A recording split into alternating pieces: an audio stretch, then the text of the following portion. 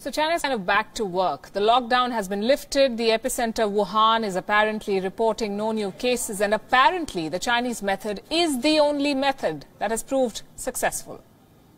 This should be good news. But good news from China, or for that matter, any news from China, meets with a problem. The problem of credibility. Can China's coronavirus recovery be trusted? It feels a bit odd to be even asking this question. The world still doesn't have an answer to the many questions that we've asked of China. Repeatedly, for more than 3 months now, questions about the source of the virus, the cure, the research, the reopening of the wet markets, no answers at all. So we keep asking the questions and we take the good news from China with a sack of salt. Tonight I want to raise 5 questions, 5 very basic, simple questions for China to answer. I'll try to keep them as direct as possible. Question number 1, where did the Wuhan virus come from? The coronavirus come from? China says it wasn't Wuhan. For a while, the Chinese blamed the Americans, but now they have made a U-turn. So where did the virus come from? It's very important to know. Was it the wet markets, which the Chinese government, strangely, hasn't shut down? If yes, then we must be preparing for another pandemic, a COVID-21 or 22, God forbid. Did it originate because of sloppy practices in Chinese labs, which is even worse? In any law-abiding country, those who recklessly pursue hazardous activities are held accountable, even punished for such disasters. In China, all of this is buried under the carpet. So that's the first question they must answer, the origin of the virus. Question number 2. How has China cured the positive cases at home? Again, no one knows. Why do I ask? Because China had reported more than 82,000 cases. Let's assume that is the right figure. Now, China says 90% of these cases have been cured. The question is how? What are they using? Is it traditional Chinese medicine, which President Xi also seems to be promoting? Or is it that nanomaterial that Global Times reported about? If yes, why not share it with the world? Perhaps learn from India. Hydroxychloroquine is not even a proven cure. It's a potential cure. And India has exported 14 million tablets of it. It is gifting paracetamol to neighbors and many life-saving drugs to nations in peril. What has China done? Donation diplomacy, and that too backfired.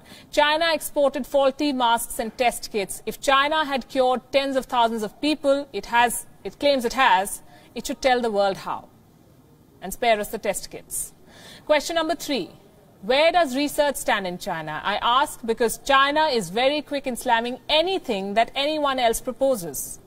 Hydroxychloroquine is ineffective, said China. But it has offered no alternatives. It should, because it had a clear head start. It had the first samples, which it destroyed or hid. It reported the first case in December 2019. It's been almost 4 months now. China boasts of the world's biggest research labs. What are they doing? We won't know because China is clamping down on the publication of coronavirus research. Any academic papers on the virus will not be published until they receive a green light from the Special Task Force of the State Council. Believe it or not, a special task force for research. The Chinese censors must clear everything. Question number 4. Why doesn't China give access to international experts if it has nothing to hide? China says it's a collective challenge. Fine. Global experts want to share their knowledge, make a collective effort. Why is China not accepting those offers? A WHO delegation was sent to Wuhan, but then we do not know what it found. In any case, the WHO has lost much credibility since. The US Center for Disease Control has offered to send experts to China. Beijing denied. The question is why? What is China hiding? And the last and most pertinent question, can China assure the world that this will not happen again? Will China shut its wet markets? After all, knowing how a pandemic started is key to stopping the next one. And China's wet markets have been the birthplace of many diseases. There have been warnings, scientific warnings. But these markets have gone back to selling exotic meat. From deer to minks to foxes, bats and pangolins, they're all back on the plate. What assurance, if any, can China give the world? Instead of answering the questions, though, China holds a light show to celebrate and divert attention.